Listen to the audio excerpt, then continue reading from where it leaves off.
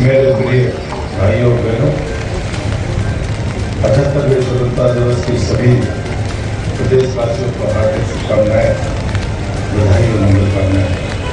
आज का पावन दिन भारत माता को स्वतंत्र कराने के लिए अपनी जान निछावर करने वाले वीरों, राष्ट्रभक्तों और स्वतंत्रता सेनानियों के पुण्य स्मरण का अवसर है।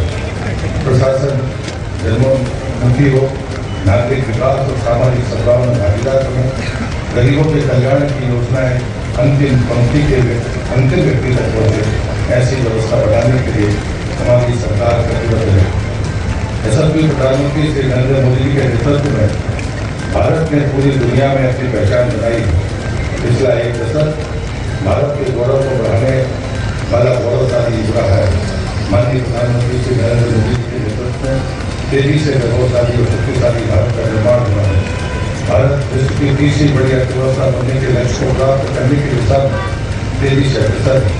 भारत की अर्थव्यवस्था में मध्य प्रदेश की 4% सहायता को अगले 5 वर्षों में 5% तक ले जाने के लिए मध्य प्रदेश संकल्पित होकर कार्य कर रहा है।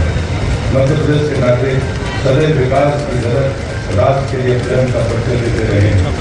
जो भरा नहीं है गाँव से बेहतरीन जिसमें सुधार नहीं, घटक नहीं है, जिसमें प्रदेश का ज्ञान नहीं, सरकार काम कर रही है। विगत 3 वित्तीय वर्षों में राज्य शासन द्वारा अधोसंरचना पूंजीगत कार्यों के व्यय में निरंतर वृद्धि प्राप्त की गई।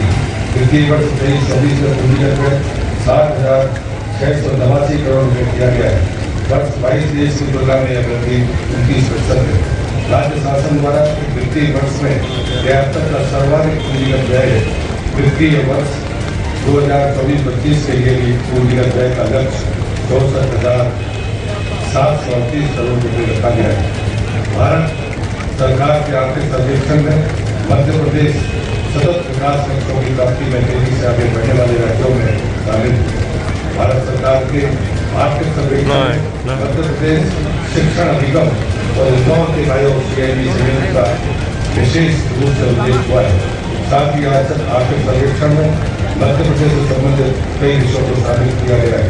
उसमें दलहन उत्पादन, नदी जोड़ो अभियान, सोयाबीन उत्पादन, चना और गेहूं उत्पादन में प्रदेश के अग्रणी होने की उपलब्धि आदि शामिल है। माननीय प्रधानमंत्री जी ने देश के विकास में 4 वर्गों यथा युवा, महिला, किसान और गरीब को आधार स्तंभ के रूप में परिभाषित किया है। मध्य प्रदेश सरकार माननीय प्रधानमंत्री जी के विचारों से प्रेरणा लेकर 4 मिशन, युवा शक्ति मिशन, गरीब कल्याण मिशन, किसान कल्याण मिशन और नारी सशक्तिकरण मिशन मध्य प्रदेश के स्थापना दिवस 1 नवंबर से लागू करने जा रही है। विकास, रोजगार, उद्यमिता, नेतृत्व विकास, सांस्कृतिक और सामाजिक विकास की कार्ययोजना कर मिशन मूड में कार्य किया जा रहा है। गरीब कल्याण मिशन स्वरोजगार योजनाएं, सामाजिक सुरक्षा योजनाएं, आवास, शिक्षा और स्वास्थ्य की सुविधा आदि की दिशा में कार्य करेगा। युवा शक्ति मिशन युवाओं के भविष्य को उज्ज्वल और सशक्त बनाने का संकल्प स्वामी विवेकानंद ने कहा था। तो लोग जागो और तब तक मत रुको जब तक लक्ष्य की प्राप्ति न हो जाए। यह समय है जब आप अपनी ऊर्जा, अपनी शक्ति और अपने आत्मविश्वास को पहचाने और इस देश को नई ऊंचाइयों पर ले जाए। हमारे युवाओं को सिर्फ पारंपरिक शिक्षा तक सीमित नहीं रहना है, बल्कि AI, मशीन लर्निंग और कोडिंग जैसी उभरती तकनीक की शिक्षा प्राप्त करनी है। इसलिए हमने 485 करोड़ रुपये का निवेश किया है। प्रदेश के 55 जिलों की महाविद्यालयों को एक PM कॉलेज ऑफ एक्सीलेंस में परिवर्तित किया है। इन कॉलेजों में संस्कृत, बायोटेक्नोलॉजी और कंप्यूटर साइंस जैसे नए विषयों को जोड़ा गया है। साथ ही हमने 35 नए व्यवसाय विषयों को भी पाठ्यक्रम में शामिल किया है, ताकि हमारे युवा न केवल शिक्षा प्राप्त करें बल्कि रोजगार के लिए भी पूरी तरह से तैयार हो सके। सरकारी नौकरियों के रिक्त पदों को भरने के लिए तेजी से काम किया गया है। और विगत 8 महीनों में शासकीय नौकरी के 11,000 से अधिक नियुक्ति पत्र जारी किए जा चुके हैं। राज्य में 10,000 करोड़ की लागत से 7 से अधिक नई उद्योग इकाइयों की स्थापना की जा रही है। इसमें 17,000 से अधिक रोजगार के अवसर उत्पन्न होंगे। कौशल विकास को राज्य शासन ने प्राथमिकता पर रखा है। मुख्यमंत्री सीखो समान योजना में 8,000 से अधिक प्रशिक्षणार्थियों को 6 करोड़ 7 लाख रुपए का स्टाइपेंड प्रदान किया गया है।